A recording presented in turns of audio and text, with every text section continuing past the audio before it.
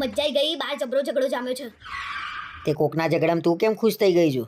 અરે કોનો ઝઘડો છે ખબર છે તમને? આ મનીષ અને મહેશ બે ઝઘડે છે. કઈ વાત ઉપર ઝઘડા છે?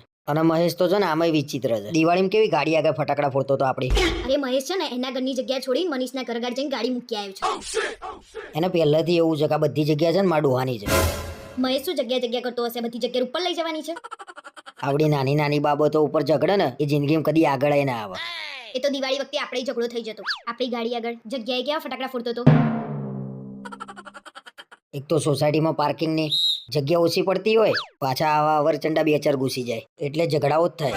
અવાજ આવ્યો, હું બહાર જાઉં, હું સાંભળીને આવીને તમને કહું. અને મારામારી થાય ને તો મને બૂમ પાડજે. આજે તો લાઈવ મારામારી જોવી જ છે.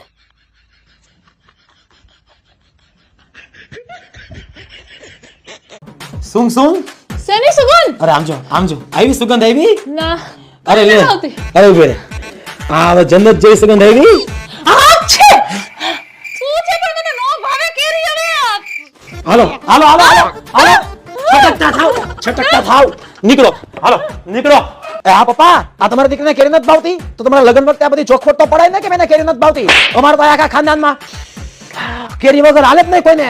નાના કાકી બાકી ગમે કે તમે બધું સાચું, પણ અમારે બાજુ આજે નવા નવા લગ્ન આખી જિંદગી કાઢવાની કે એક વર્ષની વાત હોય એક સીઝનની વાત હોય તો બરાબર. હા ભાઈ ભૂરા, હા હવે શિવાની ને ભાભી કેતો નહીં, ભાભી તારા બદલાઈ ગયા.